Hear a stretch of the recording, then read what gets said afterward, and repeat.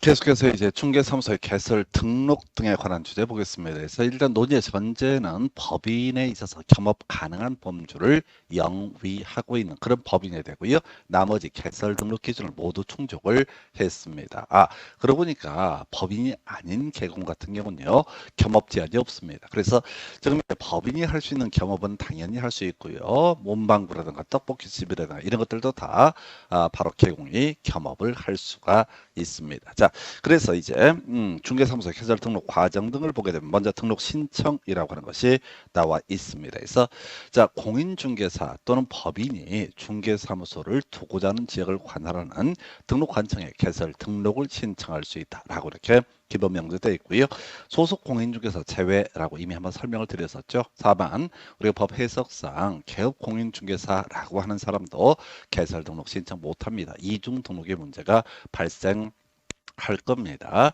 자, 그래서 자 지금 이제 공인중개사 또는 소공을 제외한 공인중개사, 개공을 제외한 공인중개사 그리고 법인이 법인에 있어서 주된 사무소라는 표현을 쓸 텐데 관할 등록 관청에 개설 등록 신청을 할 수 있다 해서 자 중개사무소에 있는 시군구를 가리켜서 뭐라고 부른다?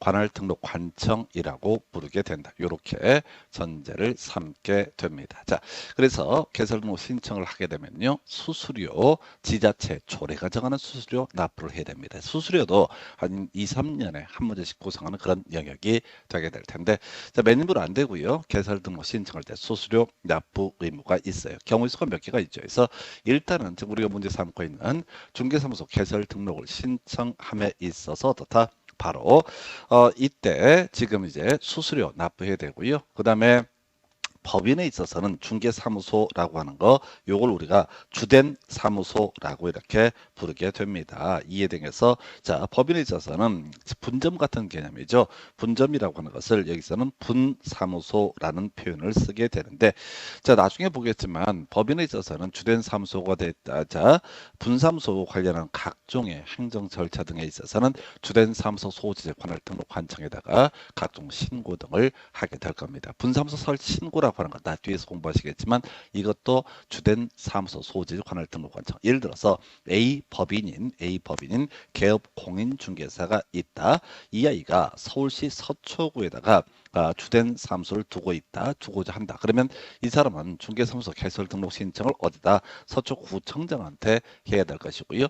만약 이 사람이 분사무소로서 자 바로 충남 천안시에다가 만약에 분사무소를 설치를 하고자 한다. 그럼 천안 가서 하는 게 아니라 서초구에다가 바로 분사무소 설치 신고라고 하는 것을 하게 됩니다. 그래서 가계열대조에서 개설 등록 신청이라든가 분사무소 설치 신고라고 하는 거 이게 이제 하나의 축이 되게 될 겁니다. 이때 조례가 정하는 수수료 우리 교재에 나와 있어서 이렇게 조례가 정하는 수수료라고 하는 것을 나중에 주요 이슈가 됩니다. 그래서 조례가 정하는 수수료를 납부를 해야 된다. 자, 그 다음에 이제 자격 발급받았다. 시도지사에게 자격증 재교부를 신청한다. 또는 중개사무소 개설 등록증을 등록관청한테 받게 될 텐데 어떤 이유가 있어서 화재가 나서 다 타버렸다. 그러면 이제 등록증에 재교부 신청이라고 하는 거.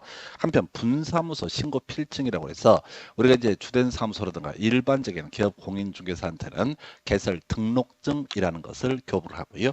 분사무소에 대해서는 신고받았다라고 하는 것을 입증하는 서류, 분사무소 신고 필증이라는 것을 교부하게 되는데 묶어서 재교부를 신청하는 경우 이런 경우 지자체 조례가 정하는 수수료 납부를 해야 된다. 이렇게 정의를 하게 됩니다. 자, 그래서 사실 의미가 자 중개사무소 개설 등록을 신청한다든가 분사무소 설치 신고를 설치 신고를 한다든가 또는 각종의 재교부 신청, 자격증 등록증 신고 필증의 재교부 신청 이런 것들 할 때 바로 조례가 정하는 수수료 납부를 해야 됩니다. 그래서 뉘앙스상 제가 설명드릴 때 뭔가 좀 새로운 일을 해보고자 한다. 그러면 맨입으로 안 되고요. 바로 이렇게 일정한 조례가 정하는 수수료 납부를 해야 된다. 이렇게 뼈대를 잡게 됩니다. 자, 근데 시험 문제 포인트가 되는 게 개 짜증나는 건데 자, 바로 공인중개사 자격 시험에 응시하는 사람 이 사람도 원칙적으로 자격 시험을 시행하는 것은 시도지사, 지자체가 시행을 하기 때문에 조례가 정하는 수수료를 납부함이 원칙입니다. 자, 그런데 시험 문제 출제 포인트가 되는 거죠. 바로 만약에 우리 앞에서 공부하실 때 공인중개사 정책심의위원회라고 하는 거, 공인중개사 정책심의위원회라고 하는 거, 이거 이제 이걸 심의를 미리 거치게 되면 국토부 장관이 시험 시행기관의 장이 된다라고 이렇게 봤었고요. 이런 경우에는 국토부 장관이 정하는 수수료를 납부를 해야 된다 해서 일단 수수료, 뭔가 좀 새로운 일을 해보고자 한다, 자격시험에 응시한다, 자격시험에 합격을 해가지고 뭐야, 지금 이제 자격증 교부 받았는데 자격증 재교부를 신청하게 된다. 이때도 원칙적으로 조례가 정하는 수수료. 자, 개설 등록 신청, 분사무소 설치 신고 또는 이 등록증이나 신고 필증의 재교부라고 하는 것도 조례가 정하는 수수료를 교부한다. 그래서 수수료 파트에서는 제일 어려운 것이 국토부 장관이 직접 시험을 시행하는 경우는 국토부 장관이 정하는 수수료라고 하는 것을 납부를 해야 된다. 이렇게 가게 됩니다. 그래서 자, 이렇게 해서 이제 신청 과정에서 개설 등록 관련해서 바로 수수료 얘기 역시 한 2년에 한 번 꼴로 출제가 되는 출제 포인트가 되게 됩니다. 그 다음에 이제 검토 드릴 것. 자, 이렇게 자 등록관청이 되겠죠. 시군구청장이 되겠습니다. 이 시군구청장이라고 하는 사람이 가만히 앉아 있는데 바로 소공, 개공이 아닌 공인중개사라든가 일정한 겸업 범주 충족을 한 법인이 일정한 요건을 충족해서 개설 등록 신청 등을 하게 되면 이제 등록증 교부라고 하는 요건 충족하면 등록증을 교부를 해야 되는데 그 전 단계에서 문제가 되는 것이 먼저 통지라고 하는 것이 있게 됩니다. 그래서 자 지금 공인중개사가 또는 이제 법인이 일정한 요건 하에서 개설 등록 신청을 했습니다. 그러면 이제 이 신청에 대해서 중개사무소 개설 등록 신청을 받은 등록관청은 신청 받은 날로부터 7일 이내에 그 내용을 통지를 해야 된다라고 이렇게 되어 있습니다. 이게 이제 뭘 의미를 하게 되는 거냐면 요건 충족했으니까 등록증 받으러 오세요라고 알려주는 거. 이게 이제 7일 이내 통지라는 개념. 7일짜리가 몇 개가 나와요. 그래서 이미 7일짜리 두 개였습니다.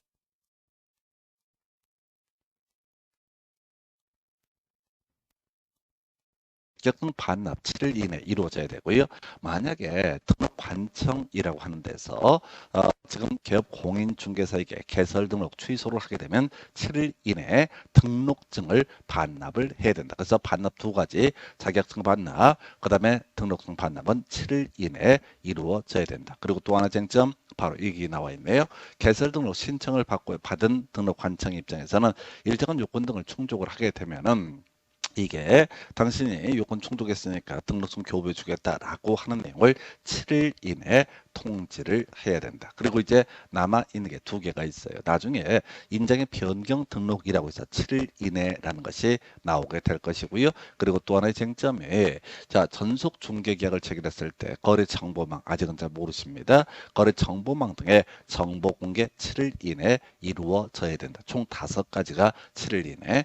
나중에 이전 신고 이런 것들 10일 이내 이렇게 나오게 되는데 일단은요 7일짜리, 10일짜리, 15일짜리 지체 지체 없이 미리 이런 것들 하나하나 다 외울 수는 없어요. 그래서 7일짜리 세트 일단 다시 갑시다. 자격증 등록증의 반납이라고 하는 거 개설 등록 신청했을 때 7일 이내 통지가 이루어져야 된다. 인장의 변경 등록 7일 이내 이루어져야 할 것이고요. 마지막 쟁점이라고 하는 것이 나중에 개업 공인중개사가 전속 중개 계약을 체결했을 때 7일 이내 거래 정보망 등의 바로 중개 대상물에 관한 정보 등을 공개를 해야 된다. 이렇게 뼈대를 잡게 됩니다. 자, 29인과 30회 때 답을 뽑았던 지문이죠. 자, 등록관청은 중개사무소 개설 등록을 한 자가 보증 설정을 했는지를 여부를 확인한 후에 등록증을 지체 없이 교부를 해야 된다라고 이렇게 돼 있습니다. 그래서 지체 없이 갖고는 큰 쟁점은 안 삼을 것 같은데 요걸 갖고서 7일 이내 이렇게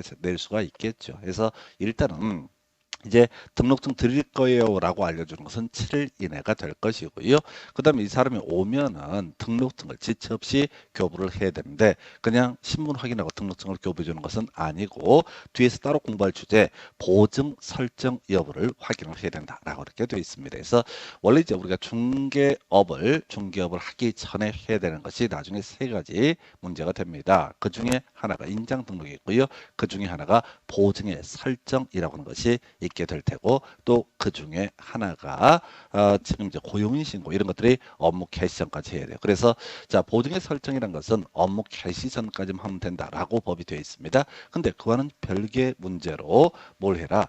개설 등록을 한 자가 등록증 받으러 오게 되면은 보증 설정 여부를 확인한 후에 등록증을 교부를 해야 된다라고 하는 거. 조금 이제 특이한 문제죠. 그래서 뒤에서 이 부분 나중에 보증의 설정 얘기에서 다시 한번 논의를 하게 될 겁니다. 몇 번 나와요, 보증 얘기는. 그래서 각각의 영역마다 비교를 해서 보시겠고요. 자, 그 다음에 이제 논의할 주제 7일 이내 얘기. 방금 아까 설명드렸던 내용 간단하게 체크합니다. 그래서 개설 등록 신청에 대해서 7일 이내 개설 등록이 됐다. 등록증 받으러 와라. 자, 물론 이제 그 안에는 보증 설정, 자, 보험에 가입하거나 공제에 가입하거나 공탁을 한 다음에 오시라라는 내용이 들어갈 텐데 7일 이내에 있었고요. 인장의 변경 등록, 그 다음에 전속 중개계약. 아직 공부 안 하셨어요. 계속 왔다 갔다 하면서 반복할 겁니다.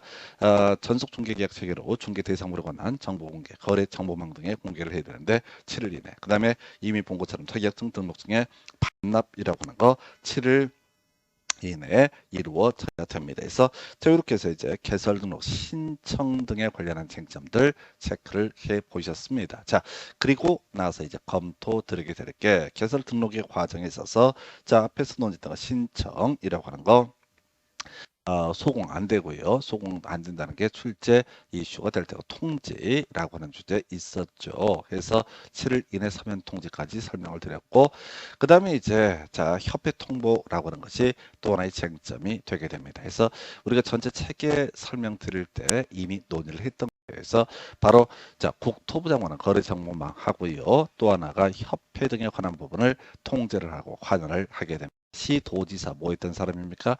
자격 시험을 시행했었고요. 자격증을 교부했었고요. 실무 교육, 연수 교육을 담당을 했었고요. 그리고 마지막 자격 취소나 자격 정지 처분이라고 하는 것을 하게 된다. 이런 식의 논리 구조를 갖게 됩니다. 그다음에 이제 협회 통보라고 하는 거. 이건 이제 등록 관청과 관련돼 있어요. 등록 관청이 뭐 하는 사람이냐라고 했을 때 일단은 시군구청장이다라는 것이 전제가 됐었죠. 그리고 등록 관청이 교신 정취라고 해서 등록증을 교부해 주게 될 테고요. 그 다음에 중간에 뒤에서 공부하시겠지만 이전 신고, 폐업 신고, 휴업 신고 등 각종 신고, 고용인 신고, 고용 종료 신고 등 각종 신고를 받아줍니다. 그래서 신고라고 하는 거. 그 다음에 이제 개공이 사고 치게 되면 업무 정지 처분할 수 있고요. 그 다음에 또 하나가 개설 등록 취소 처분도 할 수가 있습니다. 그래서 자, 이게 이제 나오는 쟁점인데요. 바로 등록 관청은 자, 매월 10일 매월 중개사무소 등록에 관한 사항을 자, 등의 다음 달 10일까지 협회에 통보를 해야 된다. 그래서 다음 달 7일까지 이렇게 때리게 되면 겁나 헷갈립니다. 그래서 7일짜리 따로이 기억을 하셔야 되겠고 협회에 통보를 해야 된다. 해서 등록을 했으면 어떻다. 바로 개설 등록을 했으면 다음 달 10일까지 협회에 통보를 해야 된다라고 하나 이제 있네요. 그럼 이제 관련한 쟁점들 가서 한번 보겠습니다. 묶어서 보는 거예요. 그래서 자, 지금 개설 등록증을 교부를 했습니다. 그래서 바로 소공, 개공이 아닌 공인중개사가 개설 등록 신청했을 때 일정한 요건을 충족을 하게 되면 등록증을 교부해 주게 됩니다. 그 다음에 이제 겁나 많죠. 신고, 분사무소 설치 신고, 이전 휴업 신고, 휴업기간의 변경 재개 신고, 폐업 신고, 그 다음에 고용 신고, 고용 종료 신고 등 이런 각종 신고 등이 있게 되면 자, 이걸 수리하는 사람이 누가 된다? 등록관청이라고 하는 사람이 되게 될 텐데 등록관청은 신고 수리하고 그런가 보다 이걸로 끝나는 것이 아니라 자율규제라고 하는 것을 할 수 있게 협회에 다음 달 10일까지 통보를 해야 된다라고 이렇게 되어 있고요. 그 다음에 업무 정지 처분, 그 다음에 개설 등록 취소 처분하는데 해서 우리 개공에 대한 지금 이제 등록관청에 바로 행정처분이 업무정처분 최대 6개월까지 개공 중개업에서 못하게 막는 거였었고요. 그럼 개설 등록 취소 처분이라고 하는 거 아예 가게문을 닫게 했던 거죠. 그래서 이런 것들이 있게 됩니다. 그래서 자, 이게 이제 개설 등록 등에 관한 주제 계속 보고 있고요. 하여튼 협회 통보 교신 정치. 그래서 얘는요, 여기서만 문제 구성이 되는 게 아니라 각종 신고 얘기할 때도 다음 달 10일까지 협회에 통보를 해야 된다. 누가 등록 관청에서 이렇게 하는 거죠.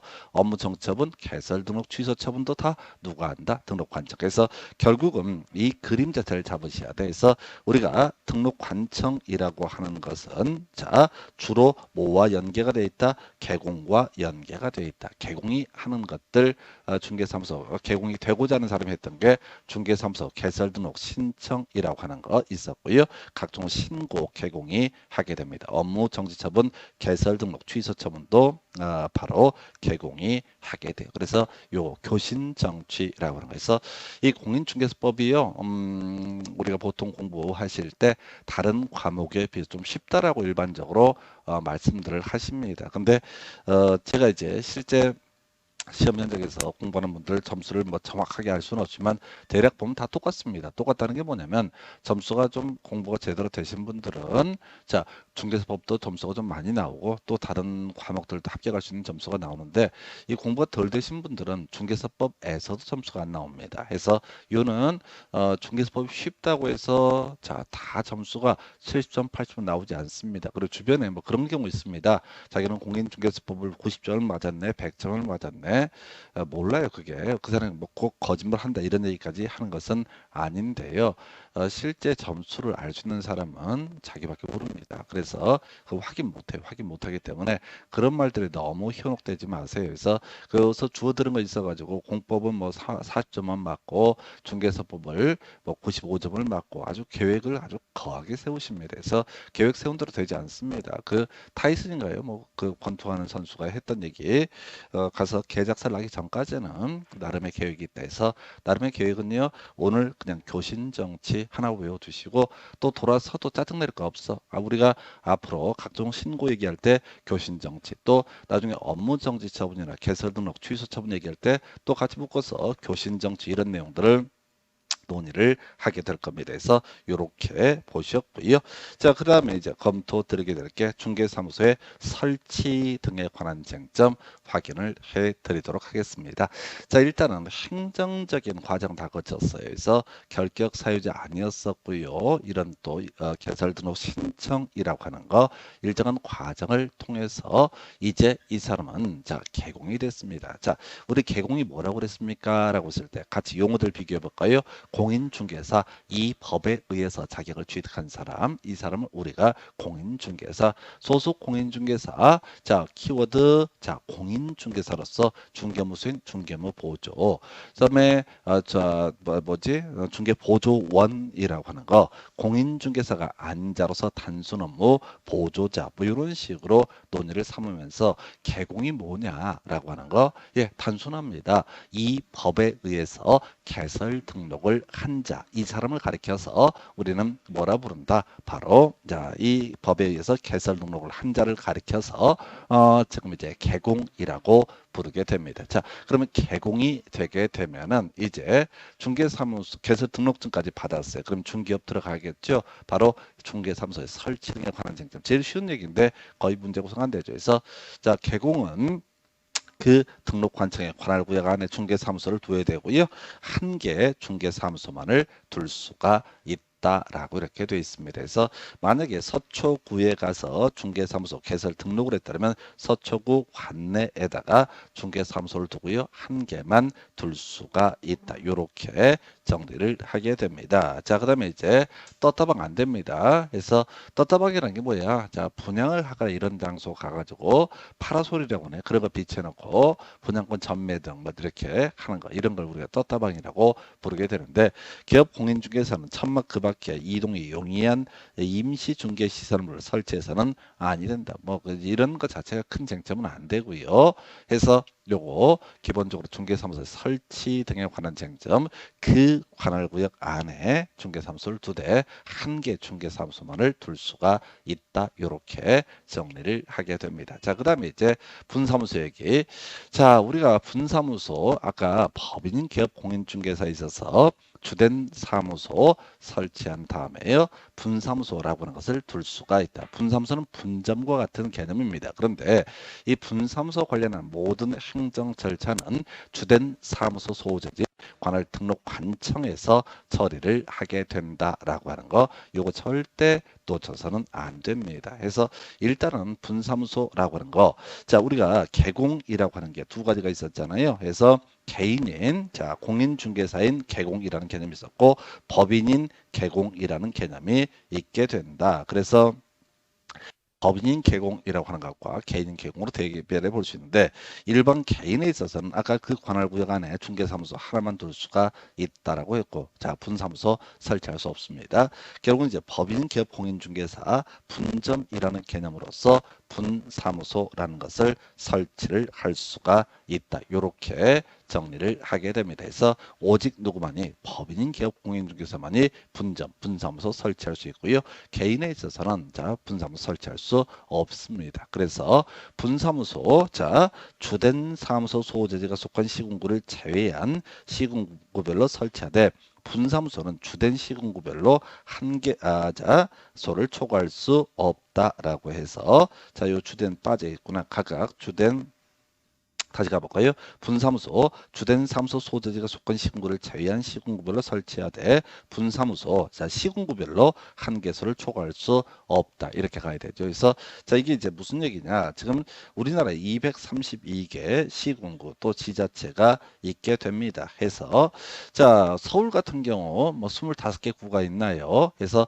여기 서울의 서초구, 강남구, 마포구, 서대문구 이런 것들은 다 자치구라고 하는 구에 해당이 되게 됩니다. 자 그래서 만약에 서초구에 주된 사무소를 두고 있다. 이 사람이 서울에 자 노원구에다가 중개사무소를 추가로 설치하고 싶다. 그랬을 때 법인이라고 전제가 되면 이거 노원구에다 다 분사무소를 설치를 하게 될 것인데, 노원구에다 한 개만 둘 수가 있다. 이렇게 갑니다. 그래서 다시 문장 가볼까요? 분사무소는 주된 사무소 소재지가 속한 시군구를 제외한, 자 서초구를 제외한 나머지 시군구 232개 시군구에다가 설치를 할 수가 있고요.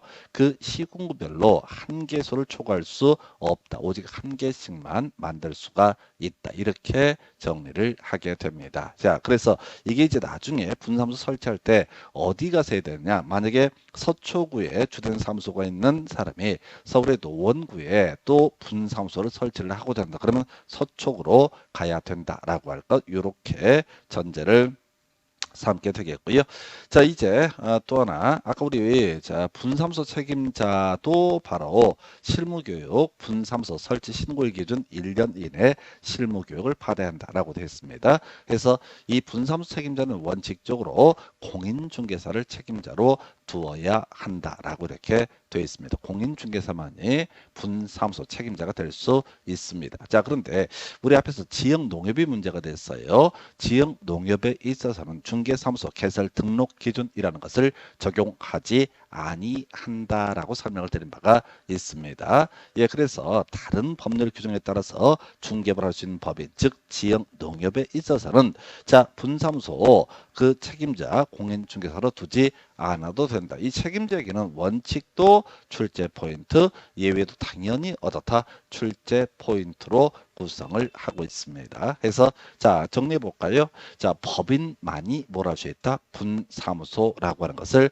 설치할 수 있다. 이렇게 갈 테고, 그 다음에 이 분사무소 책임자라고 하는 원칙적으로 공인중개사만이 책임자가 될 수가 있다라고 이렇게 얘기를 합니다. 다만 지역농협 등에 있어서는 바로 공인중개사 라고 하는 이 사람을 책임자로 두지 않아도 된다라고 해서, 나중에 지역농협은요 보증 설정만 좀 특이하게 다루고요, 거의 대부분 공인중개사법에 관한 조항을 적용을 하지 않습니다. 지난 시간에 이미 논의를 해드린 것처럼 이 지역농협이라고 하는 것은 옛날에 공인중개사가 별로 없을 때 시골에서 누군가 중개를 해야 되거든요. 그때 바로 지역농협에서 중개 업무를 진행을 했던 바가 있습니다. 해서 이렇게 논의를 해볼 수 있겠고요. 그다음에 요거 잘못된 거 정리했고, 그 다음에 이제 검토 드리게 될 것이 신고. 자, 요게 이제 문장으로 나오다 보니까 상당히 실수하기 좋은 부분 중에 하나가 되게 됩니다. 그래서 다시 아까 서초구에 주된 사무소를 가지고 있다.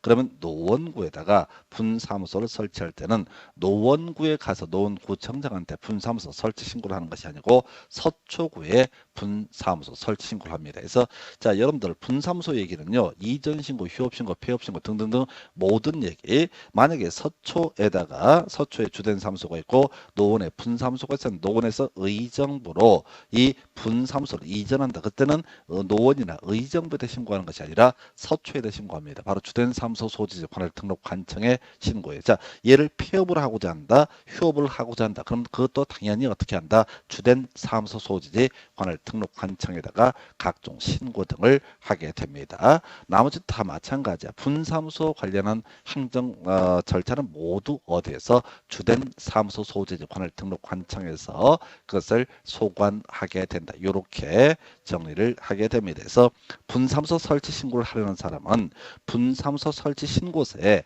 일정한 서류, 자, 뭐 분사무소 책임자 실무교육, 수료 확인증, 뭐 이런 것들 첨부해서 포인트는 뭐라고요? 주된 사무소 소재지 관할 등록 관청에 제출을 해야 된다. 그래서 이게 아주 간단한 주제입니다. 설치 신고라고 하는 것을 함에 있어서 어디에다가 할 것이냐라고 했을 때 주된 사무소 소재 관할 등록 관청에다가 제출하게 된다. 그럼 이제 문제 구성할 때는 맨날 분사무소 소재지 관할 등록 관청에다가 제출해야 된다. 이런 식으로 장난을 쳐요. 그래서 이 공인중개사법 문제를 뭐 평가할 때 뭐 구질구질하게 내내 어떻게 내내 이제 말장난을 심하게 하네 이렇게 이제 평가하시는 분도 있을 텐데 그게 이제 공인중개사법 같은 경우도 23회인가요? 벌써 7, 8년 됐습니다. 그때까지만 해도 좀 구질구질하게 됐어요.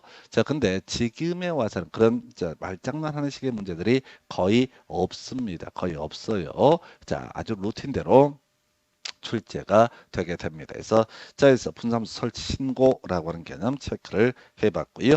자, 필증 교부라고 해서 자, 이제 아까 중개사무소 개설 등록하면 등록증이라는 것을 교부를 했었고요.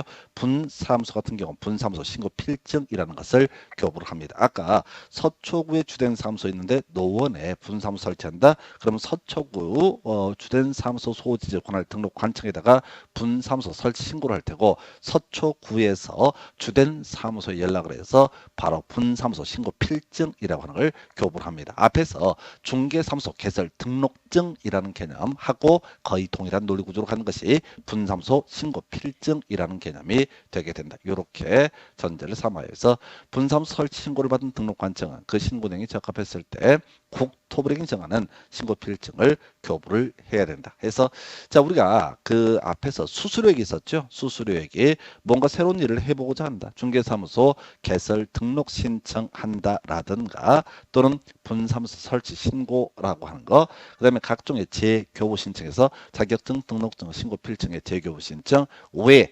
공인중개사 자격시험의 응시, 다만 응시 수수료가 문제가 되게 될 텐데 이 공인중개사 자격시험 응시할 때 국토부 장관이 시행하면 국토부 장관이 정하는 수수료 이런 식으로 논의를 했었어요. 그래서 지금 신고필증 관련해서 국토부령이 정하는 신고필증 이런 게 있고 나중에 자격증 등록증 할 때도 시험 지문 중에 국토부령이 정하는 자격증, 국토부령이 정하는 등록증 이런 표현을 씁니다. 이게 이제 전국이 다 동일하다라고 하는 이슈가 될 때 이런 걸 갖고 시도 조례가 정하는 뭐 지자체 조례가 정하는 틀렸습니다. 바로 국토부령이 정하는. 그래서 제주도에다 중개사무소 개설 등록을 하거나 제주도에다 분사무소 설치를 하거나 서울에 중개사무소 개설 등록을 해서 중개사무소 설치하거나 자, 전국적으로 양식이 똑같다라는 개념이 국토부령이 정하는 신고필증, 국토부령이 정하는 바로 중개사무소 개설 등록증이라는 표현과 연계가 되게 됩니다. 그래서 자, 분사무소도요 무조건 한 문제 출제가 된다라고 생각을 하셔도 무방한 파트가 되겠습니다. 그래서 자, 이렇게 해서 중개사무소 설치 중에서 분사무소라는 개념을 체크를 해드렸습니다. 자, 그 다음에 이제 중개사무소 설치 등 관련해서 이제 잡다한 얘기들 가봐야 되죠. 가게 문 열었습니다. 그럼 이제 중개사무소 안 보기 쉬운 곳에다가 반드시 게시해야 될 게 있어요. 자, 우리가 지금 등록관청에서 뭘 줬죠?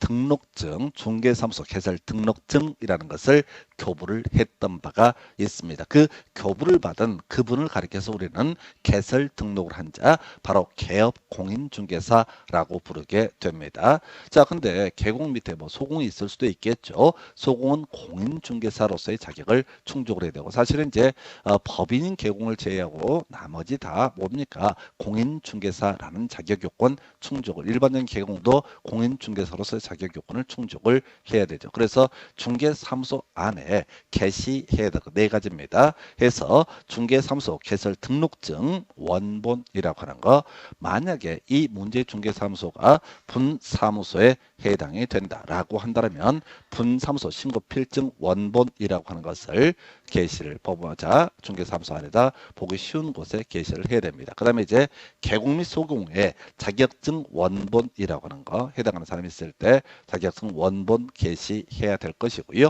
그 다음에 이제 개공과 관련해서 권리와 의무 얘기가 나오게 됩니다. 두 개가 더 붙어 있어요. 해서 하나가 중개보수 요율표 한도액표라고 하는 것이 하나의 이슈. 자, 해서 개공이 중개를 완성해서 중개보수 청권이라고 하는 것이 발생하게 되면 이때 중개보수라고 하는 거, 중개보수라고 하는 거 얼마를 받겠다라고 미리 게시가 되어 있어야 됩니다. 이게 이제 중개보수 요율표라는 개념이 되게 될 테고, 실비 같은 건 뭐 등기 심부름에서 이런저런 교통비가 들어가나 이런 것들을 달라고 할 수가 있습니다. 어찌됐든 간에 중개보수 요율표 등을 얻었다 바로 게시를 해둬야 된다. 그 다음에 이제 의무가 있어요. 개공이라고 하는 게 중개 사고가 터졌을 때 중개 의뢰인에게 일정 부분 우선적으로 지금 보호를 해주겠다. 보험에 해당하는 개념을 우리는 보증이라고 부르게 됩니다. 그래서 보증의 설정을 증명할 수 있는 서류 등에서, 자, 개공 기준으로 보겠습니다. 첫 번째 등록증이라고 하는 거 당연히 게시해야 되고요. 두 번째 자기 개공이니까 그 개공이 되기 위해서 일반적으로 자격증 가지고 있단 말이에요. 자격증도 원본을 게시를 해야 됩니다. 이게 이제 내가 중개업을 할 자격이 있다라는 이런 의미를 가지고 있고요. 그 다음에 자, 나의 권리로서 중개 보수 요율표라고 하는 거, 또 하나가 자, 나의 의무로서 자, 보증의 설정을 증명할 수 있는 서류, 뭐 이런 것들 네 가지 게시해야 된다. 자, 최근에 나오지 않았습니다. 그러나 우리가 또 하나 원본이라고 하는 게 거의 나올 일이 없고 다 사본입니다. 복사본은 줄임말 사본이라고 부르게 되는데, 원본 이게 이제 이건 딴 데 쓸 건 아니거든요. 여기서 필요한 거죠. 그래서 자격증 등록증 원본, 만약에 그 중개사무소가 분사무소면 분사무소 신고필증 원본이 자, 개설 등록증에 대체 자료가 되겠죠. 해서 중개 보수 요율표, 보증의 설정을 증명할 수 있는 서류 등에서 요거 뒤에서 이제 중개 보수라는 개념과 관련해서 하나 기억을 해 주실 것이 있죠. 그래서 자, 우리가 뒤에서 아직 공부 안 했지만 중개 대상물 중에서 주택과 주택 외 중개 대상물로 구분했을 때 주택은요, 자, 바로 조례가 정하는 요율에 따른 중개 보수를 받게 됩니다. 자, 그래서 이런 경우 있다 치십시다. 제가 예를 드는 게 서울에 자, 사당이 뭐였더라? 자, 동작구, 서울 동작구라고 하는 지역이 있어요. 이 사당역이 있는 이런 지역을 얘기합니다. 자, 동작구랑 맞닿아 있는 게 경기도의 과천시라고 하는 것이 있게 됩니다. 자, 문제는 이게 주택이라고 전제가 됐을 때, 아직 공부 안 하셨습니다. 뒤에서 중개 보수할 때 설명을 드릴 텐데, 지금 서울에 중개 보수 요율하고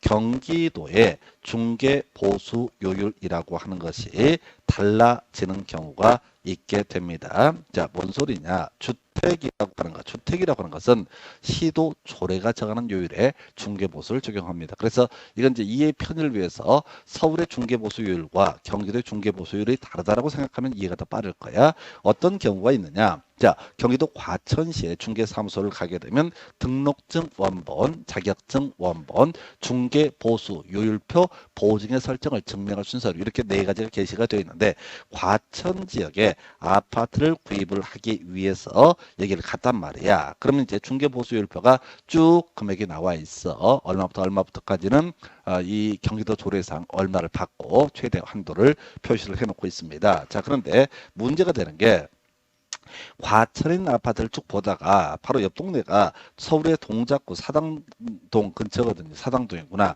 이 사당동인데 여기서 물건이 마땅치 않아서 자 공동중개로서 서울 동작구의 물건을 소개를 해서 하다 보니까 이 사람이 과천에 있는 중개업소를 갔지만은 실질적으로 동작구에 있는 아파트를 공동중개를 했다고 보겠습니다. 자, A라고 하는 자 중개사무소, 자 중개사무소, B라고 하는 중개사무소. 자, B 중개사무소는 서울에 있고, 자, A 중개사무소는 경기도 과천에 있다라고 한번 해보겠습니다. 그래서 뭐 10억짜리 아파트라고 치고요. 여기서 중개보수율이 자, 지금 요율을 논할 건 아닌데 이렇게 자, 만약에 0.05% 서울의 중개보수율이 0.06이라고 한번 전제해 보겠습니다. 자, 이 사람이 지금 중개사무소 어디 갔어? A 중개사무소를 갔단 말이죠. 그래서 분명히 가게에 중개보수율표를 봤단 말이야. 중개보수율표를 보니까 0.05라고 돼 있어. 근데 실제 공동중개, B 중개사무소 공동중개에서 이 사람이 실제 서울에서 아파트를 취득을 했거든요. 그러면 서울에 자 경기도 0.05를 적용할 거냐, 서울에 0.06을 적용할 거냐, 이게 문제가 됐을 때, 자 우리 고객 입장에서 봤을 때 예측 가능성 얘기입니다. 당연히 어떻다, 바로 중개사무소 소재지 관련 시도 조례를 적용한다. 중개 대상물 소재지가 아니라 이 사안에 있어서는 경기도 조례를 적용을 한다. 그래서 이건 이렇게 가는 거야. 중개사무소에 가게 되면은 뭐가 있다? 중개보수율표가 있다. 그럼 고객 입장에서는 이 중개보수율표를 가늠하고 내가 10억짜리 사면은 딱 개공한테 안 물어보고 대충 몇 프로 이 중개보수를 줘야 되는구나 라고 이렇게 계획을 세우고 있을 것이다. 그래서 우리는 중개 대상물 소재지가 아니라 주택에 있어서 중개보수 결정 기준이라고 하는 것은 바로 중개사무소 소재지 시도 조례라고 하는 것을 기준으로 적용을 하게 된다라고 이렇게 얘기를 합니다. 그다음에 이제 보증의 설정의 증명, 보증의 설정을 증명할 수 있는 서류까지, 이 자체는 뭐 중요한 게 아니고요. 나중에 중개 보수 파트에서 상당히 난이도 있던 것이 뭐냐면 중개 대상물 소재지 시도에 중개 보수율을 적용을 할 것이냐, 또는 뭐죠? 자, 중개사무소 소재지 시도조를 적용을 할 거냐 했을 때 중개사무소 소재지 시도조를 적용한다 해서 뭐 이해가 되면 좋고, 아니면 나중에 중개보수할 때 따로 설명을 드리겠습니다. 그래서 우리 중개사무소 지금 설치하고 있어요. 그래서 가게 안에다가 등록증, 신고필증 또는 자격증 원본, 그다음에 중개보수에 관한 사항, 보증의 설정을 증명을 할 수 있는 서류, 이런 것들을 게시를 해야 되고요. 자, 그다음에 이제 사무소 명칭이라고 하는 것이 이슈가 되겠습니다. 그래서 우리가 명함 같은 걸 파서 무슨 중개사무소, 뭐 공인중개사무소 이런 식으로 표시를 하게 될 겁니다. 그래서 사무소 명칭이라고 하는 것은 명함에 쓰이는 가게 이름이라고 생각하면 좋을 거예요. 좀 이따 이제 간판 얘기는 5개 광고물이라고 하는 데서 이슈가 돼요. 가게 문 열었습니다. 자격증 등록증 원본 게시해야 되고요. 바로 중개보수율표, 그 다음에 보증의 설정을 증명할 수 있는 서류까지 만발의 준비를 갖췄습니다. 그럼 명함도 봐야 되죠. 그때 사무소의 명칭이라고 하는 거 지멋대로 쓸 수 없고요. 자, 이렇게 되어 있습니다. 개업공인중개사, 그 사무소의 명칭에 공인중개사 사무소 또는 부동산 중개라는 문자 둘 중에 하나를 사용을 해야 됩니다. 물론 이제 요즘에 제가 길거리 가면서 쭉 보면 거의 대부분이 공인중개사 사무소라는 명칭을 쓰는 게 일반적인 모습입니다. 그래서 보통 이제 뭐죠? 명함에 쓰인 사무소 명칭을 5개 광고물 간판에도 붙이게 되죠. 그러니까 지금 내가 개공이 됐다 또는 이제 설령 소공이 됐다 할지라도 중개사무소 이름 명칭 명함에 쓸 때 자 앞에 뭘 붙이든 간에 공인중개사 사무소라고 하는 거 요구하고요. 부동산 중개 이런 문자를 사용을 해야 된다라고 이렇게 정의를 하게 됩니다. 자, 그리고 나서요.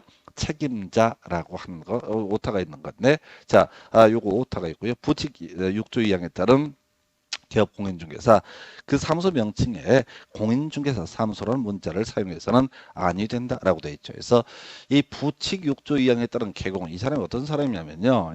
이 사람은 자격증은 없는 사람인데 중개업을 하는 분입니다.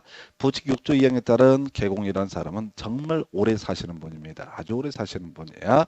이게 부칙 6조 2항에 따른 개공의 의미는 뭐냐면 이게 이제 공인중개사 자격시험이 83년도인가부터 시작이 되거든요. 근데 83년 이전에 자격증 없이 중개업을 했던 사람을 우리 법에서는 부칙 6조 2항에 따른 개공이라고 정의를 합니다. 그래서 일반적으로 이제 굳이 공부를 제대로 하면 개공은 세 가지가 있는 거예요. 개공이라고 하는 것은 첫 번째 공인중개사인 개공이라는 개념이 있겠죠. 그래서 동네 복덕방에 사장님들이 다 공인중개사인 개공, 이게 일반적인 모습이에요. 그 다음에 지금 나온 대로 부칙 6조 2항에 따른 부칙 6조 2항에 따른 개공이라고 해서 이분들은 기본적으로 연세가 겁나 많습니다. 83년도 그때부터 아직까지 가게문을 한다고 계속해서 중개업을 하는 분들을 의미하게 됩니다. 그리고 세 번째 이슈가 되는 것이 법인인 개공이라고 해서 이 부칙 6조 2항에 따른 개공 같은 경우는요. 일반적으로 다른 우리가 일반적인 개공과 공인중개사인 개공과 별 차이는 없습니다. 실질적으로 업무 영역이 한정이 돼 있는데 같은 시도 단위에서만 중개를 할 수 있다라고 되어 있는데 일반적으로 서울에 사시는 분이 경기도에 있는 물건을 매물을 얼마나 중개를 하겠습니까? 대부분 자기 동네 사는 거지. 그래서 이게 이제 부칙 6조 2항에 따른 개공은 그가 속한 시도 단위로만 시도 내에서만 중개를 할 수 있다. 뭐 이런 특징을 가지게 되는데 다시 돌아가서 원래 이제 사무소 명칭 명함 쓸 때 공인 무슨 공인중개사 사무소 또는 무슨 부동산 중개라는 문자를 써야 함이 원칙입니다. 이건 이제 명함 얘기를 하고 있다고 그랬어요. 근데 부칙 6조 2항에 따른 개공 이거 장수하신 분이라고 그랬습니다. 83년도 이후 그때부터 중개업을 해서 지금까지 계속 중개업을 하고 있는 거야. 그래서 볼까요? 93년, 2003년, 2013년, 2023년. 그럼 만약에 2, 3년 지나면은 이분은 중개업만 40년 하신 분이야. 어마무시한 분이지. 특별히 뭐 아마 일 잘하시는 분일 겁니다. 그래서 하여튼 부칙 6조 2항에 따른 개공이라고 하는 거 이 사람은 그 명함에다가 뭐라고 쓰면 안 된다. 공인중개사 사무소라고 쓰면 안 된다. 그러면 결과적으로 해석을 통해서 이 사람은 부동산 중개라는 명칭만 써야 된다라는 의미를 갖게 됩니다. 그 외 쟁점으로서 개공이 아닌 자는 아까 우리 개공에 있어서는 공인중개사무소 또는 부동산 중개라는 문자를 사용을 해야 된다라고 했으니까 개공이 아닌 자가 즉 중개사무소 개설 등록을 하지 아니한 자가 사무실 하나 엽니다. 그리고 나서 사무소 명칭으로 내가 공인중개사 자격 갖고 있으니까 공인중개사 사무소라고 할 거야. 안 됩니다. 부동산 중개 실제로는 중개업을 하지는 않지만은 그냥 난 내 사무소 이름을 뭐라고 붙이고 싶다? 부동산 중개라고 붙이고 싶다? 안 됩니다. 그리고 이와 유사한 명칭도 인정되지 않습니다. 그래서 여기서는 이제 기본적으로 개업 공인중개사 사무소 또는 부동산 중개를 문자를 사용해야 된다. 이런 명제 하나 이슈가 되겠고요. 그 다음에 이건 직접 시험에 낼 건 아니죠. 그래서 이제 특례 조항으로서 부칙 6조 2항에 따른 개공 이게 출제 쟁점. 그리고 작년인가에 나왔던 주제가 개공 아닌 자 공인중개사 사무소 또는 부동산 중개 이와 유사한 명칭을 사용해서는 아니 된다 해서 보통 이제 사무소 명칭에 대응해서 바로 이제 우리가 이해 편의해서 이 사무소 명칭 명함이 쓰는 가게 이름이다 이렇게 봤었고요. 그러면 5개 광고물 간판 되겠습니다. 그래서 요즘은 거의 구성이 되지 않는데 5개 광고물이라고 하는 거 간판을 반드시 설치할 법적 의무가 있는 것은 아닙니다. 근데 이제 홍보를 하려면 광고 간판 붙여야 되겠죠. 그래서 옛날에 나왔던 지문 중에 5개 광고물을 설치할 의무가 있는 것은 아니다. 옳은 표현. 5개 광고물을 점점점 설치해야 된다. 그러면 틀린 표현. 이렇게 구성을 했던 사례가 있게 됩니다. 그래서 5개 광고물. 이게는 이제 키워드가 성명이에요. 그래서 이 복덕방 간판에는 성명이라는 것을 표시를 해야 된다. 연락처 아닙니다. 전에 연락처에서 틀리게 뽑아냈던 바가 있습니다. 연락처는 자기가 필요해서 하는 거고 이게 책임 중개라고 해야 되나요? 대표가 누군지 이런 것을 이 복덕방의 이 간판을 만들 때는 항상 성명을 표시를 해야 된다 해서 기업 공인중개사 5개 광고물을 혹시 설치를 하게 되면 이 중개사무소 자기 예명 안 돼 중개사무소 등록증에 표기된 기업 공인중개사의 성명 인식할 수 있을 정도의 크기로 표기를 해야 된다 해서 키워드 뭐라고요? 성명이라는 것을 표기를 해야 된다 해서 지난번에 주소 전화번호에서 틀리게 구성이 됐습니다. 자, 그 다음에 이제 법인의 경우 볼까요? 법인은 주된 사무소라는 개념이 있을 테고 분사무소라고 하는 것이 있게 됩니다. 그래서 그 간판에는 성명을 어떻다 표기를 해야 된다. 누구의 성명? 주된 사무소에 있어서는 대표자의 성명이 될 테고 분사무소에 있어서는 분사무소 책임자의 성명이라는 것을 어떻다 바로 표기를 해야 된다. 이렇게 정리를 하게 됩니다. 그래서 바로 성명이라고 하는 것이 하나의 이슈가 되게 될 것이고요. 그래서 이런 것들이 그러니까 이런 것들도 시험 문제 한 문제고요. 저런 것도 한 문제 아주 간단한 주제입니다. 간단한 것들을 정확하게 잡아내는 지혜가 필요하십니다. 그래서 자, 그다음에 이슈 간판 철거 얘기 가보도록 하겠습니다. 이 간판 철거요. 등록관청 자, 이런 일정한 규정을 위반한 간판 등에 대해서 철거 명할 수 있다. 뭐 자체는 안 되는 거죠. 문제가. 그러니까 지금 간판에다가 이 공인중개사 그 사장님의 이름을 반드시 어떻다 표기를 해라. 알아볼 수 있게. 자, 예명 안 된다고 그랬어요. 자, 그래서 등록증 또는 분사무소 신고 필증에 표기된 그 성명을 표기를 해야 된다라고 되어 있습니다. 그런데 성명을 표기 안 했다 했을 때 그 간판에 철거를 명할 수 있다. 그건 철거 잘하면 더 이상 문제 안 되겠죠. 시험에 이슈가 되는 것은 이렇게 철거 명령을 받은 사람이 철거를 이행하지 아니했을 때 행정 대집행이라는 것을 할 수 있다 해서 행정 대집행이라고 하는 개념은요. 공무원들이 가서 간판 때려 부시는 것을 공무원들이 가서 직접적으로 물리력을 행사하는 것을 행정 대집행이라고 부르게 됩니다. 그래서 이유는 자, 철거 명령은 중요한 게 아니고요. 말 안 들으면 어떻다? 행정 대집행을 할 수가 있다. 이렇게 가게 됩니다. 그래서 이 5개 광고물 실제 간판 보시게 되면요. 어떤 중개사무소 스티커 같은 걸로 대표 암흑의 이름을 붙여놓은 경우가 있습니다. 그 이제 자격증 빌려서 중개하시는 그런 가게입니다. 그런 가게 특징들이 그래요. 맨날 그 간판 그 처음에 뭐죠? 플라스틱 이런 걸로 붙였겠지. 근데 또 이 한 6개월 1년 하다가 그 고용하신 자격증 가지고 있는 분이 자기 자격증 걸고 이렇게 하게 되는 건데 거기 문제가 있다라고 해서 자 문제가 있다고 이렇게 되는 경우에 이때는 뭘 한다고요? 또 바꿔야 되고 간판깔이 그래서 나중에는 이제 귀찮으니까 스티커로 이름을 붙이는 경우가 있다. 심지어 오다 가다 보면 사실은 이제 하도 사장님이 자꾸 바뀌다 보니까 실제는 이제 투자하신 분이 운영을 하는 거죠. 그 어떤 중개업소는 대표자 성명이 표시가 안 된 경우 있습니다. 그래서 근데 하도 많이 하다가 잊어버린 거예요. 그래서 하여튼 이게 명함 얘기 그리고 5개 광고물 얘기 좀 구질구질하게 보일 수도 있어요. 근데 문제는 이런 게 시험에 나왔을 때 이거 무시할 게 아니라 이것도 맞춰야 된다라고 이렇게 정리를 합니다. 자, 그래서 자, 여기까지 보시고 잠시 끊었다가 이전 신고, 자, 휴업 신고, 폐업 신고 등 각종 신고 문제 같이 묶어서 살펴보도록 하겠습니다.